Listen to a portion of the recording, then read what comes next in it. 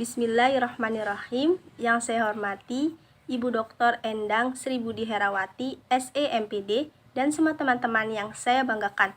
Assalamualaikum warahmatullahi wabarakatuh. Saya Intan Nurmayani yang saat ini sedang menempuh pendidikan di Universitas Nahdlatul Ulama Cirebon. Video ini dibuat untuk memenuhi tugas mata kuliah etika dan profesi pendidik. Untuk itu, teman-teman bisa simak video ini ya. Bismillahirrahmanirrahim. Pada kesempatan kali ini, materi yang akan dibahas adalah mengenai kompetensi guru. Sebenarnya apa sih kompetensi guru itu? Kompetensi sendiri merupakan seperangkat penguasaan kemampuan, keterampilan, nilai, dan sikap yang harus dimiliki, dihayati, dan dikuasai guru yang bersumber dari pendidikan, pelatihan, dan pengalamannya, sehingga dapat menjalankan tugas mengajarnya secara profesional. Jadi, kompetensi guru dapat diartikan sebagai kemampuan atau kecakapan seorang guru berupa pengetahuan, keterampilan, sikap, dan nilai-nilai yang diperoleh melalui pendidikan dan pelatihan sehingga dapat melaksanakan tugasnya dengan baik. Berdasarkan Undang-Undang Nomor 14 Tahun 2005 tentang guru dan dosen, pada pasal 10 ayat 1 menyatakan bahwa kompetensi guru sebagaimana dimaksud dalam pasal 8 meliputi kompetensi pedagogik, kompetensi kepribadian, kompetensi sosial, dan kompetensi profesional yang diperoleh melalui pendidikan profesi. Yang pertama ada kompetensi pedagogik, adalah kemampuan pemahaman terhadap peserta didik, perancangan dan pelaksanaan pembelajaran, evaluasi hasil belajar, dan pengembangan peserta didik untuk mengaktualisasikan berbagai potensi yang dimilikinya. Indikator dan contoh penerapannya yaitu yang pertama, penguasaan terhadap karakteristik peserta didik. Dari informasi mengenai karakteristik peserta didik, guru harus bisa menyesuaikan diri untuk membantu pembelajaran pada tiap-tiap peserta didik. Karakteristik yang perlu dilihat meliputi aspek intelektual, emosional, sosial, moral, fisik, dan lain-lain. Yang kedua, penguasaan terhadap teori belajar dan prinsip pembelajaran yang mendidik.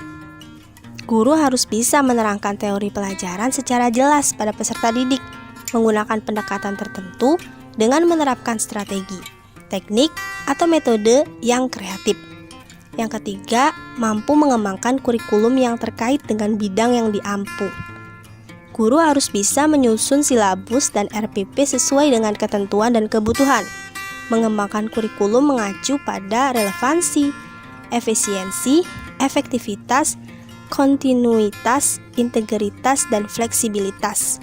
Kemudian yang keempat, menyelenggarakan kegiatan pengembangan yang mendidik. Guru tidak sekedar menyampaikan materi pelajaran, namun juga melakukan pendampingan. Materi pelajaran dan sumber materi harus bisa dioptimalkan untuk mencapai tujuan tersebut. Yang terakhir, memanfaatkan teknologi informasi dan komunikasi untuk kepentingan penyelenggara kegiatan pengembangan yang mendidik. Cara berkomunikasi sebagai guru harus bisa berkomunikasi dengan efektif saat menyampaikan pengajaran. Guru juga harus mampu berkomunikasi dengan santun dan penuh empati pada peserta didik. Kemudian yang kedua ada kompetensi kepribadian. Adalah kemampuan personal yang mencerminkan kepribadian yang mantap, stabil, dewasa, arif, dan berwibawa, menjadi teladan bagi peserta didik dan berakhlak mulia.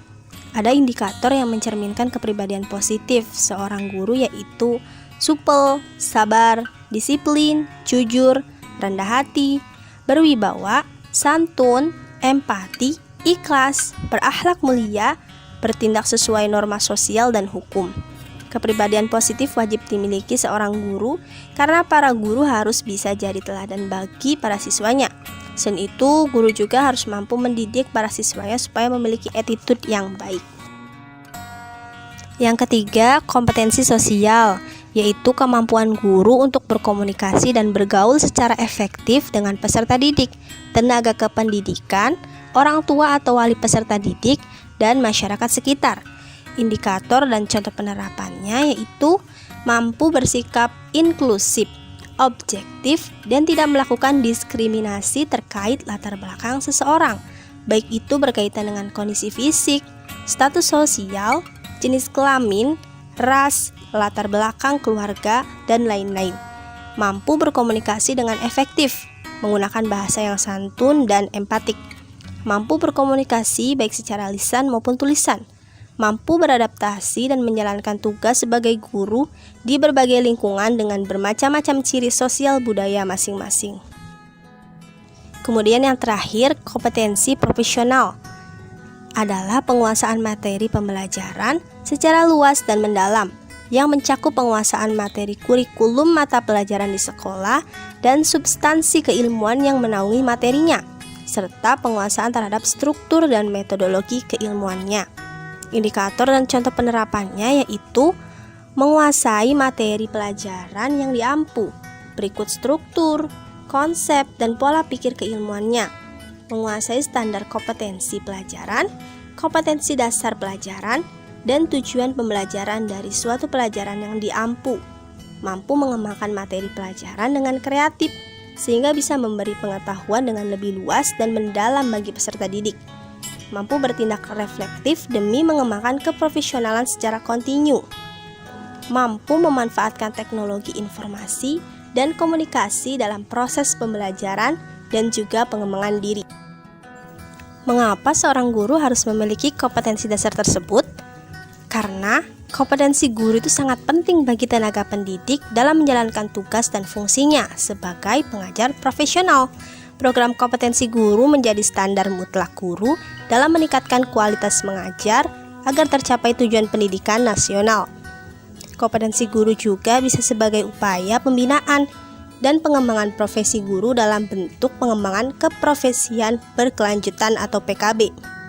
Diharapkan, guru tak lagi sekedar menyampaikan materi pembelajaran saja, tetapi lebih dari itu, harus mampu memiliki sikap ingarso sung tulodo, ing madya mangun karso, tut uri handayani.